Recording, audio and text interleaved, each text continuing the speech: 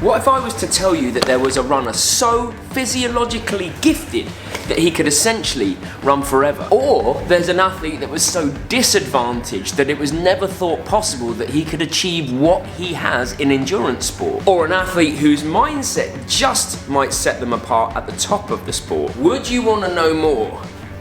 Because you should do. So let me introduce you to someone that has such incredible physiological advantages but has still carved out such a strong mindset and approach to running that we can definitely learn from. So, Dean Karnazes is an ultra runner you may or may not have heard of, but it's my job right now to tell you about him, because he was born in 1962. Started running as a child, but really then it didn't go anywhere. Went into the usual job that a lot of us go into, corporate world, office jobs, all of that. 30th birthday, Dean's out with a group of friends, and then at about midnight, he decides, I'm gonna run 30 miles for my 30th birthday. And he just leaves the bar where he is, and he takes off his trousers, and he's got some silk underwear on, by the way, that not my words, his words, and off he goes. He's running 30 miles, and he knew that it was 30 miles to the town that he had to get to, and he did it.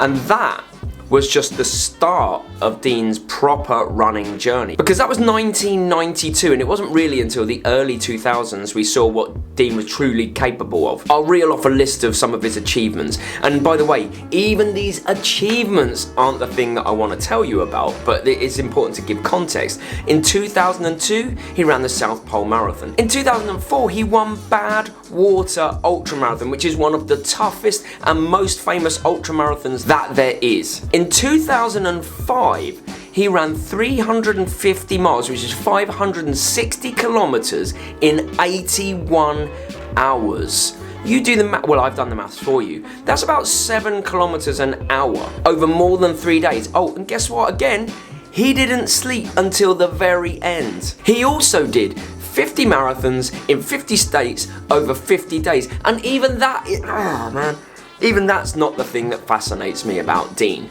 Here's the thing that fascinates me and should fascinate you about Dean. He is physiologically different. Okay, so we go back a little bit. After some of these feats, Dean was tested in a lab because his training regime was pretty spectacular. There was one stage in Dean's running journey where he was running a marathon every morning before work, and then he was doing his speed work or whatever other training in the evening and repeat for quite a substantially long time. Imagine a marathon before breakfast. But when he was taken and tested in a lab, they found two things that really are completely different to almost all of us. Number one, Dean buffered lactate more efficiently than anyone that had ever been tested in a lab. In fact, do you know how they knew this? They did a few tests like VO2 max test, then they did the lactate threshold test, where you run for about 15 to 20 minutes at increasingly fast paces until you can't run anymore because the speed you're going, you're accumulating too much lactate and you have to shut down, you have to slow down.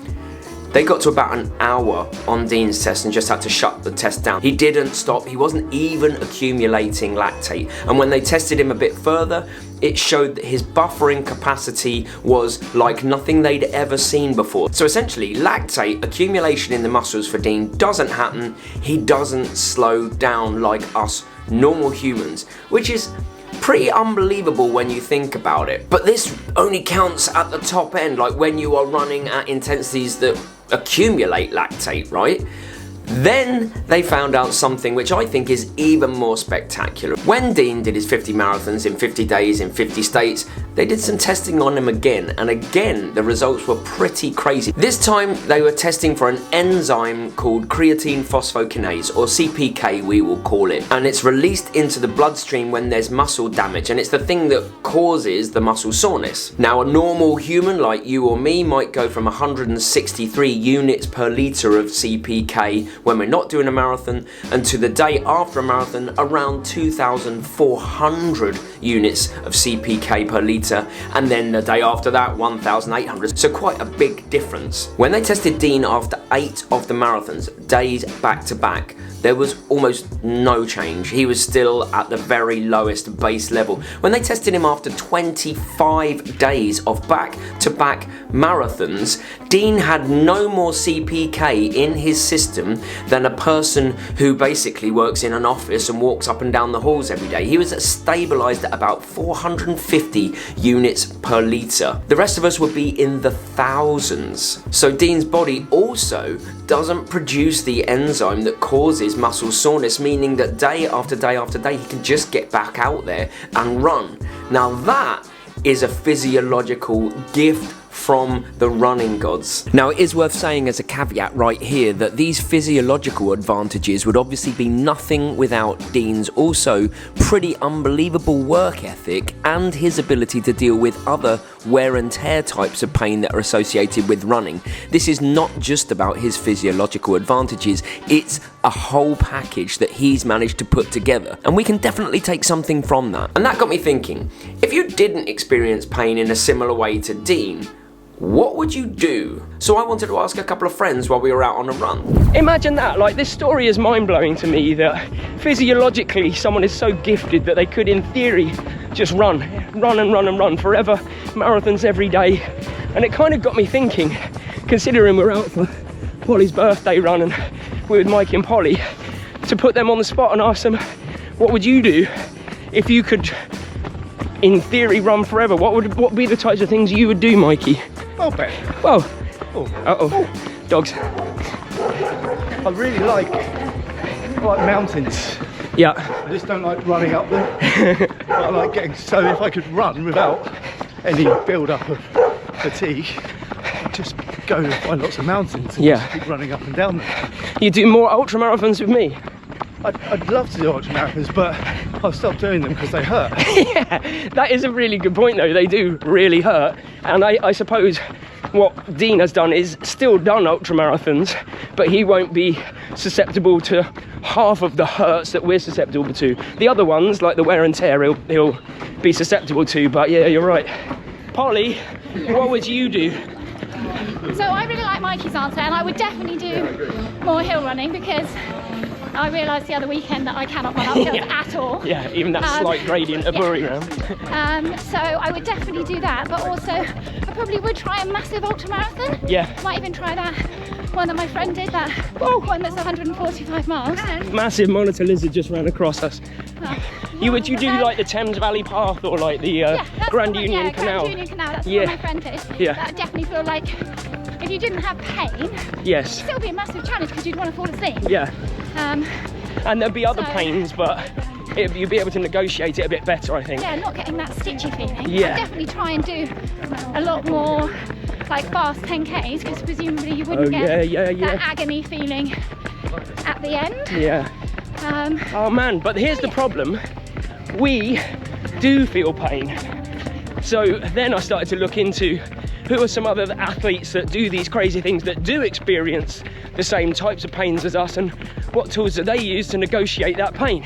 And I want to introduce you to Courtney Dauwalter. Oh man, Courtney is one of my all-time heroes, and we could probably do multiple videos on the subject of Courtney alone, and maybe that's something that if you enjoy this part, let me know in the comments and I can do.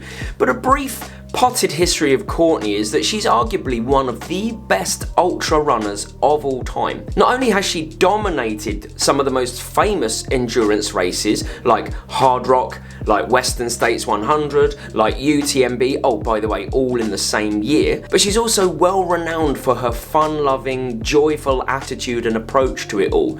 Less structure in her training, the way that she dresses is very unique to her. The fact that she drinks beer and eats pizza on the sideline while other people are running. She's very well renowned for having a very much more relaxed mindset and approach for running, whilst also in a almost like an opposite way, taking it super seriously. But it's Courtney's mindset that I want to focus on today, because these are some of the things that I think can absolutely benefit us and are hugely inspirational in general. And there's 5 things that I've picked out from Courtney's mindset that I want to tell you about. Now, Courtney has an incredible approach to suffering. She has mental imagery that she uses that when she is in the darkest times in her races, she calls it being in her pain cave. She even has a whole cave set up in her head. She can see it physically while she's in there, and she actively seeks out those moments. She doesn't hide from them. She actually enjoys and embraces being in that pain cave. And while she's in there, when she's in the very worst of the situations, she imagines having a small pickaxe or spoon and just very slowly just increasing the size of her pain cave. We're not talking about with a builder's drill or anything, doing it in a large way, but like with anything running and like with anything pain tolerance, she's just slowly chipping away at that pain cave, slowly making it bigger. And that mental imagery has helped her get through some of the darkest times in her ultra marathons. But she also engages in a lot of positive self-talk, almost trying to trick herself. She'll be out there in races telling herself, I'm fine. And if she repeats that mantra enough, then she starts to believe it, and she does believe that it works for her. And positive self-talk we'll get back to a little bit later, but it can be an extremely powerful tool when you're in the depths of it. And she likes to stay in the present moment. She likes to not think about at the end of the race, or she likes to not think about something outside of the race. She will just be there chipping away at her pain cave, being in the pain and feeling it, which leads to the 5th point, is that she accepts pain is inevitable. It's nothing you can hide from when you're engaging in races like this. If you're gonna do an ultra long distance event, you're going to suffer pain. There is no 2 ways about it. So the fact that Courtney and most endurance runners accept that's gonna happen in the first place is one of her superpowers. And do I believe she's one of the mentally strongest athletes I know? Yeah, I think I do. But as you can see, you don't have to have elite physiological advantages, although she probably does have a step up above most. You can develop that elite mindset advantage that Courtney, and now I want to introduce you to another athlete that is an inspiration of mine that again has a really distinct and strong elite athlete mindset. How about this one? This is a personal favourite of mine. And an inspiration of mine, an athlete called Chris Nikic. If you haven't heard about him, then you really need to go find him on Instagram. I'll put his details here. But Chris was born with Down syndrome. He's 24 years old now, and after like a load of setbacks in early life, I think he had open heart surgery, coordination problems that a lot of people with Down syndrome have generally. Let me tell you, he was the first man and broke the world record for completing an Ironman race. And not just one, but 2. I think he did the first one in Florida in, I think it was 16 hours 40 something. So the cutoff is 17 hours, and they make no dispensation at all. If you're an Ironman, you're an Ironman. So you have to finish below 17 hours. So he did 6:40 something, and then 16:40 something, and then 16:31 at Kona. And that was just the start of it for Chris, because that was about 4 years ago. I think telling the story of Chris Nikic in between 800-meter reps might be the stupidest decision I've made so far. It's going to be a pretty gnarly session. So, after the 2 Ironmen, Chris is a through and through endurance athlete, by the way. He then went on last year, 2024, conquered all 6 marathon majors. We were really lucky enough. I ran past him in Boston but didn't speak to him. Met him in Chicago in the expo, which was amazing. Great dude. Followed him for years. But here's why he's an inspiration. Not because of what he does, but again because of his elite mindset. Oh, this is only rep 3 of 8 of 10. So mindset wise, Chris started his whole journey with 1 press up, and he decided that if he could be just 1% better at something each day, he's eventually going to stack that on top of each other bit by bit until he's going to be able to do something like a marathon or an Ironman. So his journey started so modestly, and then he built from there. But that's not even the bit that really gets me, that I use in races myself.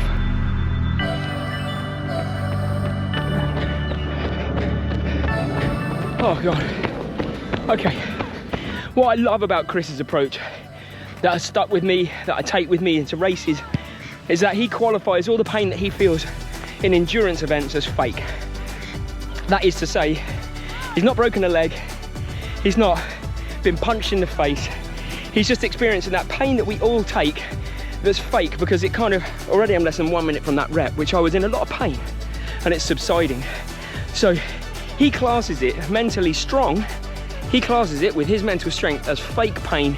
He knows it goes away, and that gives him some power over it rather than it having power over him. And that's the bit I love. When I'm in an ultra and I'm climbing hills, fake pain. When I'm towards the end of a marathon, fake pain. When I'm in pain running, fake pain. That's an amazing mindset to have, and it's one that anyone can sculpt. It's an elite athlete mindset.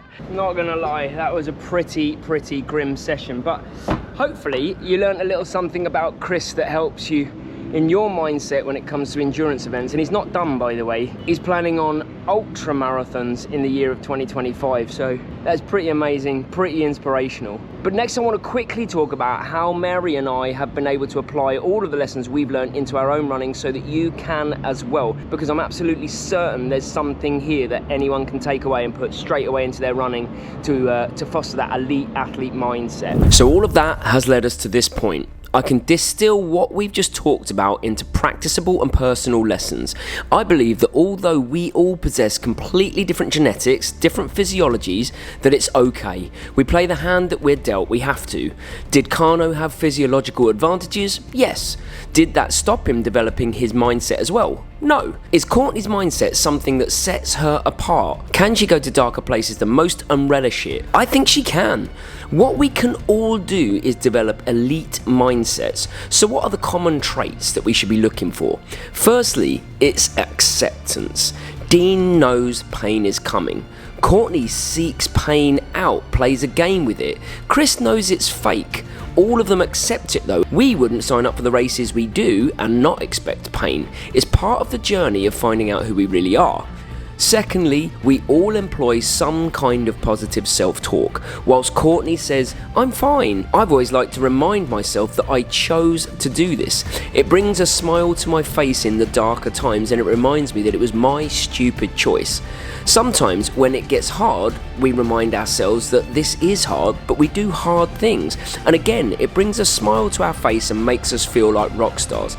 Positive self-talk of any kind can be so powerful when you are in the depths of it. And finally, mental imagery is huge. From Courtney, it's about chipping away at her pain cave, and I often imagine myself at the finish line, watching myself during that moment of the race, and it makes me not want to let that finish line version of myself down, to do it proud, no regrets. The pain is fake. You ultimately have to find what works for you, but just know inspiration is all around and you can learn so much from so many of these runners. But the common themes are common, and we can all develop that elite athlete mindset, and that can be the difference. So hopefully you can see from this video you don't have to be physiologically gifted to have advantages. There are advantages that you can develop yourself, and hopefully you've picked up some tips and tricks on this journey. And if you have, consider subscribing to the channel. And if you liked the video, you're definitely going to like these two, which are again more stories in a similar vein to this. And the latest one that I put out was one of an ultramarathon farmer that may have just changed running forever when he did something in the race accidentally. Thanks for watching. See you next week.